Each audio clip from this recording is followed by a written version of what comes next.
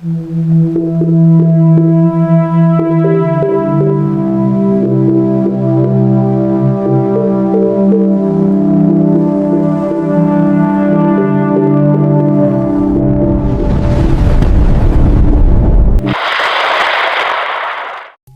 ngayon po, patuloy pa rin natin minomonitor ang hindi lang isa kundi dalawang low pressure areas sa loob at labas ng Philippine Area of Responsibility. Una na dyan, yung low pressure area na dating si Bagyong Kaloy, nasa loob pa rin po ng PAR at huling namataan kaninang alas 3 ng hapon, 490 kilometers silangan ng Northern Samar.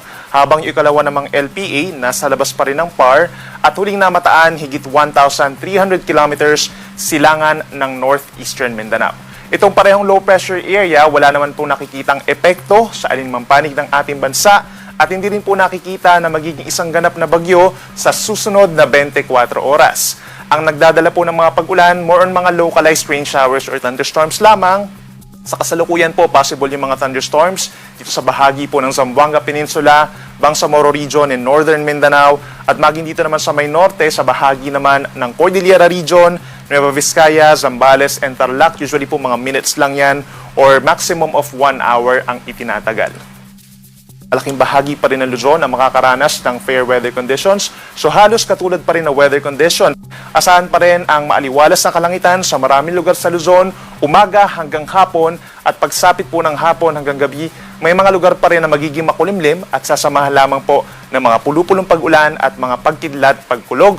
Lalo na po sa may areas katulad ng Isabela, Aurora, Quezon, and Camarines provinces, wala po itong kinalaman sa low pressure area. Pagsapit sa temperatura or air temperature, mananatiling mataas pa rin po for Metro Manila hanggang 35 degrees Celsius. Ngayong araw na itala po ang pinakamataas so far na air temperature for this year na 36.7 degrees Celsius sa may Science Garden, Quezon City.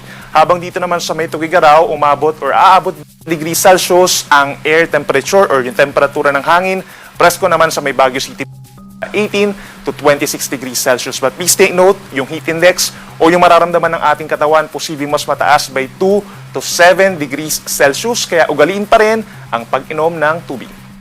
Sa ating mga kababayan po dito sa may Palawan at malaking bahagi ng Visayas, halos katulad pa rin po na weather conditions. Bahagyang maulap at minsan maulap ang kalangitan lalo na sa dakong hapon at sasamahan pa rin yan ng mga pulu-pulo lamang ng mga pag-ulan or mga pagkidlat pagkulog na usually minutes nga lang po ang tinatagal, lalo na po dito sa may Southern Negros, gayon din sa may Southern Cebu, Siquijor at Eastern Visayas. Malaking bahagi ng Visayas, posibleng umabot ang air temperature sa 32 degrees Celsius, mas mainit sa Puerto Princesa hanggang 33 degrees Celsius. At sa ating mga kababayan po sa Mindanao, umaga pa lamang, may tsansa na ng mga pag-ulan dito po sa may Zamboanga Peninsula, Bangsamoro Region at ilang bahagi pa ng Soc-Sargen. Ito yung mga localized or mga panandalian lamang na buhos ng mga pag-ulan. Habang natitirang bahagi ng Mindanao, partly cloudy skies, umaga hanggang tanghali at sa dakong hapon, madalas na rin ang makulim na panahon at may tsansa pa rin po ng mga pulupulong pag-ulan or pagkidlat, pagkulog. Temperatura natin sa may Zamboanga mananatiling mainit mula 25 to 33 degrees habang hanggang 34 degrees naman doon sa may Davao City.